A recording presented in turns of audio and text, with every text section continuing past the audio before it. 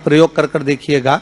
अभी तो नवरात्रि चल रही है, नवरात्रे में जब 5वां दिन नवरात्रे का रहे, चैत्री नवरात्रे का 5वां दिन रहे, और मान लो कि आपके घर में किसी बच्चे की, लड़के की या लड़की का या मंगल विवाह नहीं हो रहा हो या शादी नहीं हो रही हो, या उस लड़के लड़की के लिए बहुत प्रयास कर लिया आपने और उसकी शादी हो ही नहीं रही, अथक प्रयास आपने कर लिया और उसका मंगल विवाह नहीं हो रहा, तो ये देवी भागवत में स्पष्ट कहा गया, देवी भागवत में वर्णन किया गया है, देवी भागवत में वर्णित किया गया। और देवी भागवत में कहा गया कि आम का जो पत्ते होते हैं, आम का जो पत्ता होता है, आम का जो पल्लव होता है, उस आम के पत्ते पर हल्दी और सिंदूर,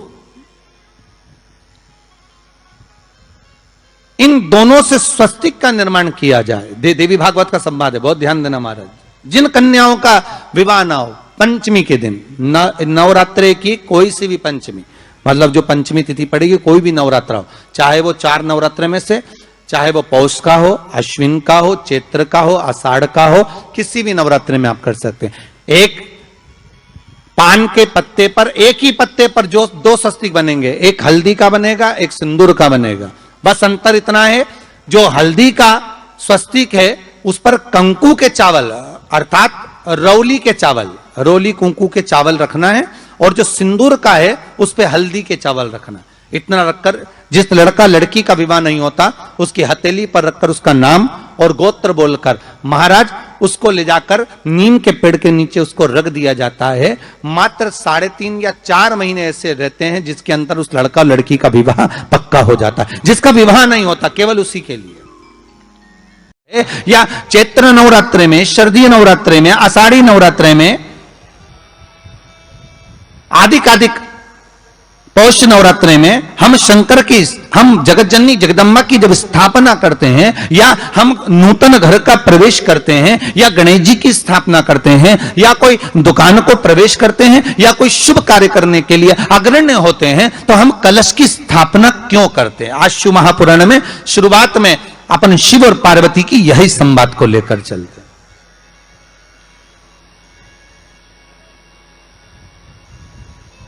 आखिर कलश में ऐसा क्या है?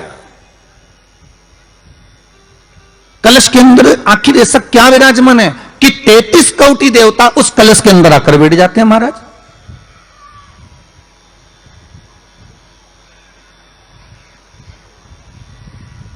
आप कोई यज्ञ करने जा रहे हो, आप कोई पोथी पुराण करने जा रहे हो, आप कोई अच्छा कार्य करने जा रहे हो, तो ब्राह्मण देवता कह देते कलश की स्थापना होगी, कलश की शोभा यात्रा निकलेगी, कलश यात्रा निकलेगी, कलश विराजमान होगा। और आज हर की पौड़ी पर, प्रयागराज में, या उज्जैनी में, नासिक में जो बड़े बड़े कुंभ के मेले होते, कुंभ का मतलब भी तो कलश से होता, उसकी महत्वता क्यों है? उस कुंभ की, उस घड़े की महत्वता कहां से प्रकट हो गई? शिव महापुराण की कथा कहती है महाराज, भगवान औघड़दानी शंकर स्वयं आद्य शक्ति जगदम्बा से कहते हैं कि जगदम्बा तू क्या चाहती है बोल। तो जगत जननी जगदम्बा कहती है कि जहां मैं हूं वहां शंकर है, यह आपने कह दिया, पर जहां शंकर है वहां पार्वती का होना जरूरी है। उसके लिए सिद्ध करने के लिए एक स्थान ऐसा बनाया जाए जहां पर शंकर विराजमान है और शंकर के साथ पार्वती विराजमान है। तो शिव जी ने कहा पार्वती, उसके लिए मैं तुझे एक सुंदर कलश का निर्माण कर देता हूं। दुनिया का रचनाकार, दुनिया की रचना करने वाले महाराज, संपूर्ण ब्रह्मांड की रचना करने वाले, जिनको भगवान शिव ने स्वयं ब्रह्मदेव से कहा है कि ब्रह्मा जी तुम सृष्टि खंड को आगे बढ़ाइए, सृष्टि की रचना करिए। और आज ही के दिन, यही चैत्रीय प्रतिपदा के दिन, यही इसको कहते हैं नया संवत्सर, नया वर्ष।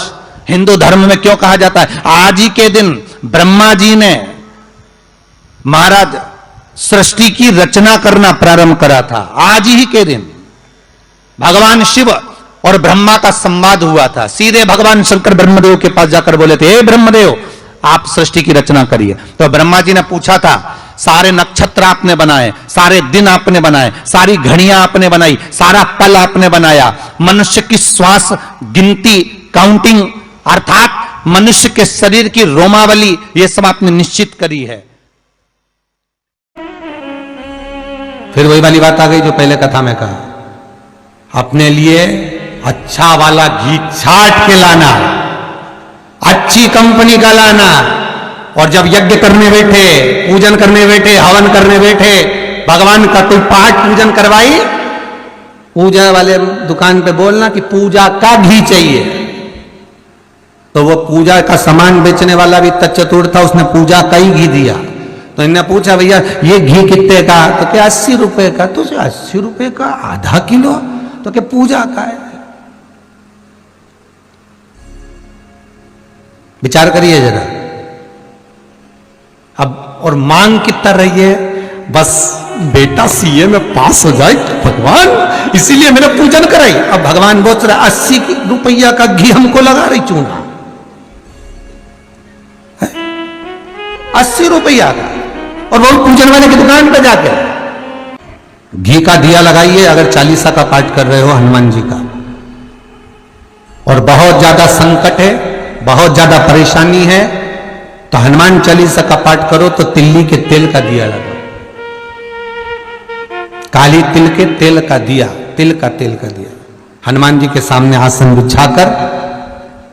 बहुत तकलीफ है तो 3 पाठ प्रतिदिन करो, और एक आसन से जितने समय 9 बजे अगर आप बैठते हो पाठ करने तो 9 बजे ही बैठना है। अरे हमारे सीहोर में घड़ी पूजा की दुकान है, हम अब कई परिचित हैं, उनके यहाँ चले जाते हैं। हमने पूछा क्यों रे तुम्हारे तो सारा अगरबत्ती रखी, धूप बत्ती रखी, दिया बत्ती रखी, सारे रखे, ये घी का पैकेट भी रखा, उसमें नाम भी लिखा है, ये काय का घी असली है भगवान की? अरे गुरु जी कोई असली है? बस घी है, उसमें लिखा है शुद्ध घी। तो मैंने कहा शुद्ध घी तो लिखा है, पर ये कितने का है? 65 रुपए का डब्बा है। हमने कितने किलो का? आधा किलो का। हमने कहा वाह, काय के लिए होता है क्या? लोग लेके जाते हैं हवन पूजन के लिए। हमने भी सोचा वाह रे विश्वनाथ वाह, क्या किए? एक बंगला बना दो भोलेनाथ।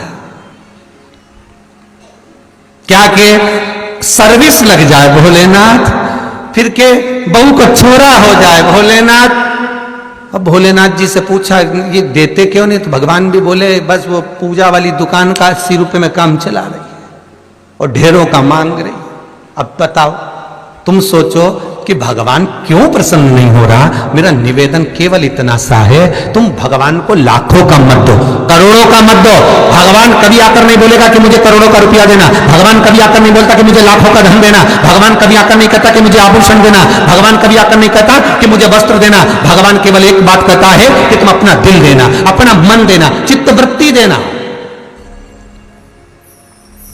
तुम अपना मन तो दो।